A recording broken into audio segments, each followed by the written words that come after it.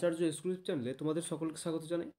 আজকের ক্লাস 10-এর পর্ষদের test paper থেকে কাইরাপুর বিদ্যাসাগর বিদ্যাপীঠের জিওগ্রাফি থেকে পেজ নম্বর 195 যে সমস্ত 2 নম্বরের কোশ্চেনগুলো আছে তার অ্যান্সারগুলো নিয়ে আলোচনা করব এবং তার সঙ্গে সঙ্গে 2 নম্বরের কোশ্চেনের অ্যান্সারগুলো কেমনভাবে অ্যান্সার দিতে হয় এবং 2-এর 2 পাওয়া যায় সে বিষয়ে বলে দেব। চলো ভিডিওটি স্কিপ না করে সম্পূর্ণ ওয়াচ করতে থাকো, আর পারলে কিন্তু খাতায় নোট ডাউন করে নেবে, কারণ এইগুলোই তো তোমাদের সম্ভাব্য কোশ্চেন অ্যান্সার, তাই কিন্তু অবশ্যই খাতায় নোট ডাউন করবে। চলো শুরু করা যাক। 1 নম্বর কোশ্চেন দেখো, বলছে অবরোহণ কাকে বলে?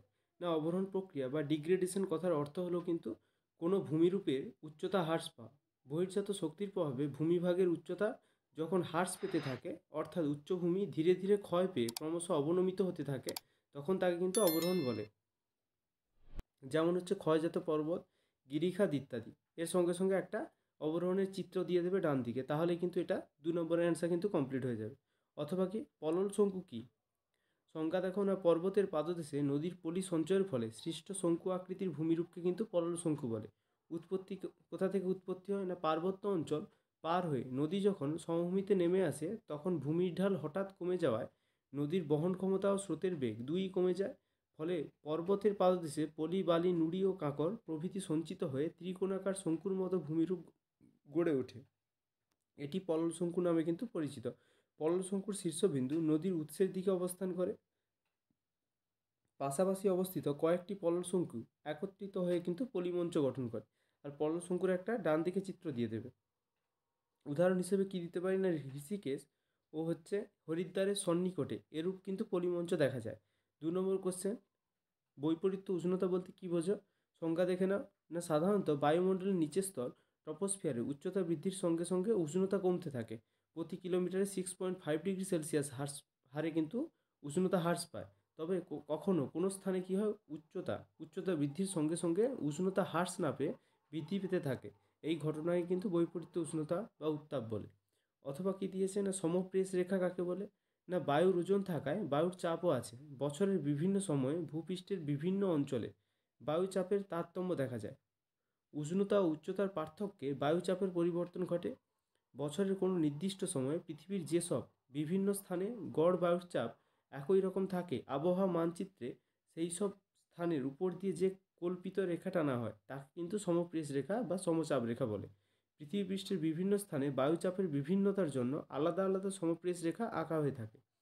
পৃথিবীতে বছরের বিভিন্ন সময়ের মধ্যে জানুয়ারি ও জুলাই মাসে বায়ুচাপের সর্বাধিক পার্থক্য লক্ষ্য করা যায়। 3 নম্বর কোশ্চেন দেখে নেব, স্ক্রাবার কি? না, কলকারখানার দূষিত বায়ুকে পরিশুদ্ধ করার জন্য যে যন্ত্র ব্যবহার করা হয় তাকে কিন্তু স্ক্রাবার বলে। এই যন্ত্রটি কারখানার নির্গত গ্যাসীয় বজ্র থেকে বিষাক্ত পদার্থকে শোধন করে। স্ক্রাবারে রাখা কলিচুন এবং জলের মধ্যে দিয়ে দূষিত বায়ু চালনা করলে বস্তুকণাগুলি শোধিত হয়। স্ক্রাবার 2 প্রকারের জানি, একটা হচ্ছে আর্দ্র স্ক্রাবার আর একটা হচ্ছে শুষ্ক স্ক্রাবার।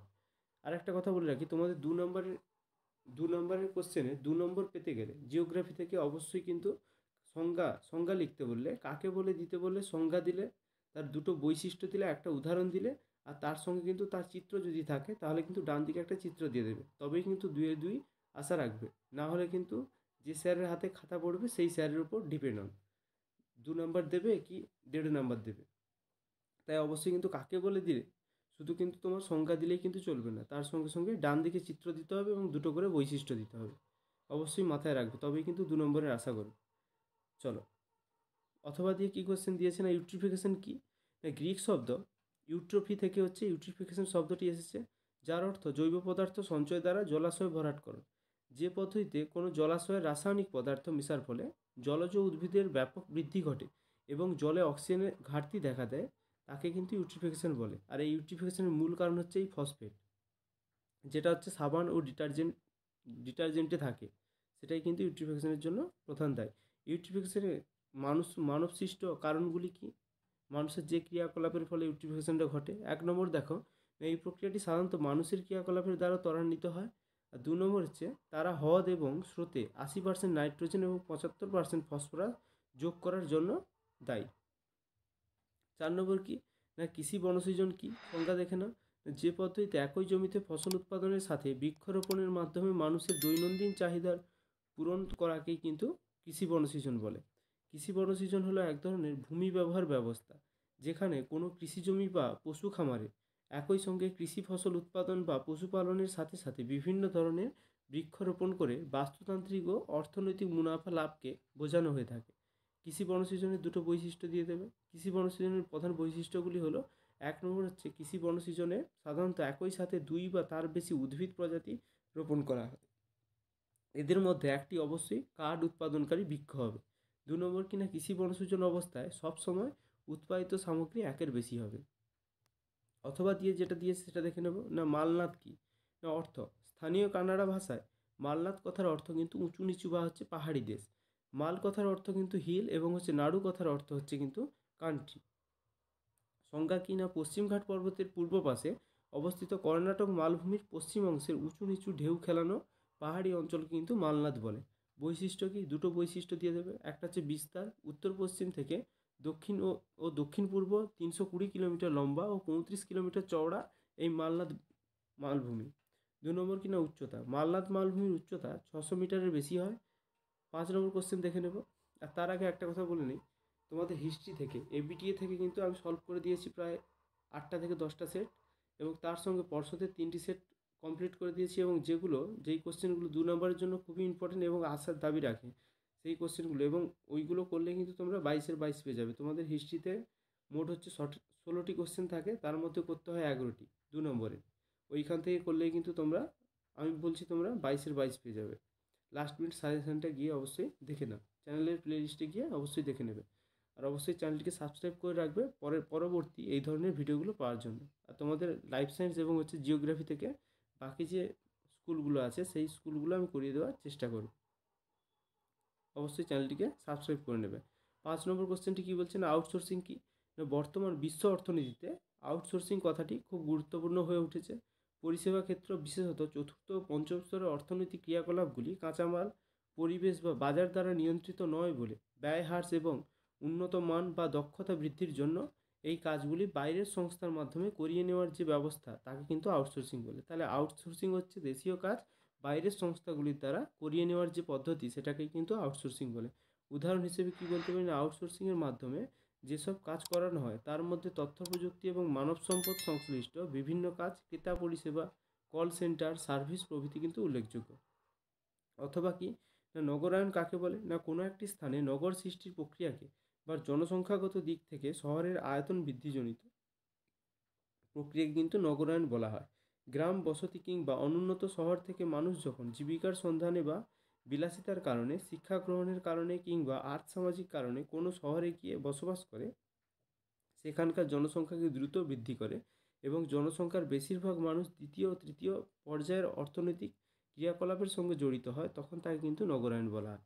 নগরায়ন পদ্ধতিটি কি না, নগরায়ন প্রক্রিয়ার মধ্য দিয়ে কৃষিভিত্তিক সমাজ শিল্পভিত্তিক সমাজে পরিণত হয়। সমাজবিজ্ঞানী ল্যাম্পার্ডের মতে চরিত্র গঠন ও গণতন্ত্র গণতন্ত্র দ্বারা এই প্রক্রিয়াটি কিন্তু সম্পর্কিত।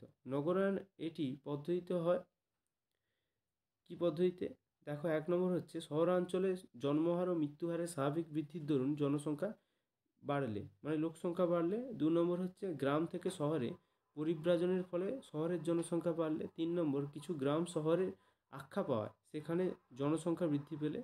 4 নম্বর হচ্ছে বর্তমান শহরগুলি আয়তন বৃদ্ধির ফলে লোক সংখ্যা বেড়ে গেলে। 4টা পয়েন্ট দেওয়া আছে, যে কোনো দুটো পয়েন্ট দিলেই কিন্তু হবে। 6 নম্বর কোশ্চেনটা দেখে নেব। 6 নম্বর কোশ্চেন কী বলছে, ভগ্নাংশসূচক স্কেল কাকে বলে? মানচিত্রের দূরত্ব ও ভূমির দূরত্বকে যে স্কেলে ভগ্নাংশের আকারে প্রকাশ করা হয় তাকে ভগ্নাংশসূচক স্কেল বলে। আর এই স্কেলের অপর নাম কিন্তু আরএফএল স্কেল, মনে রাখবে। অথবা দিয়ে কি দিয়েছে না, জিআইএস কি না, ভৌগোলিক তথ্য ব্যবস্থা ভূপৃষ্ঠের কোনো স্থান সম্পর্কিত উৎপাদ সংগ্রহ ও সংরক্ষণের জন্য গৃহীত প্রযুক্তি। এই প্রযুক্তি ব্যবহার করে মানচিত্র এবং উপগ্রহ চিত্রে উপস্থাপিত পারিসারিক তথ্যের বিভিন্ন লেয়ার বা স্তর সহজ উপায়ে ব্যাখ্যা বিশ্লেষণ করা যায় এবং এদের মধ্যকার পারিসারিক সম্পর্ক নির্ণয় করা যায়। নগরায়ন ও উন্নয়নের সাথে সাথে যখন কোনো অঞ্চলে বিভিন্ন সমস্যার উদ্ভব ঘটে, যেমন ট্রাফিক জ্যাম, তারপর সন্ত্রাস, দারিদ্র্য, পরিবেশগত ভারসাম্যহীনতা ইত্যাদি মোকাবিলায় জিআইএস বেশ কার্যকর। এই ছিল তোমাদের কায়রাপুর বিদ্যাসাগর বিদ্যাপীঠ থেকে যে সমস্ত জিওগ্রাফি 2 নম্বরের কোশ্চেন ছিল তার অ্যান্সারগুলো করিয়ে দিলাম। এরপরে তোমাদের যে সেটটা আছে সেটা নিয়ে কিন্তু পরবর্তী ভিডিওতে আসবে। আর ভিডিওটি ভালো লেগে থাকলে অবশ্যই একটা লাইক প্রদান করবে এবং চ্যানেলটিকে সাবস্ক্রাইব করে রাখবে এরকম আরও ভিডিও সবার আগে পাওয়ার জন্য। Thank you. খুব ভালো করে মন দিয়ে পড়াশোনা করো, আর এক্সাম তো খুব সামনেই, আজকে হয়ে গেল 18 তারিখ, আর দেখতে দেখতে আর 13 দিন। চলো ভালো করে মন দিয়ে পড়াশোনা করো আর কোশ্চেনগুলো তৈরি করতে থাকো, আর তার সঙ্গে সঙ্গে টেক্সট বইটা খুবই মন দিয়ে ভালো করে পড়ো, কারণ টেক্সট বই হচ্ছে সাফল্যের মূল চাবিকাঠি। Thank you.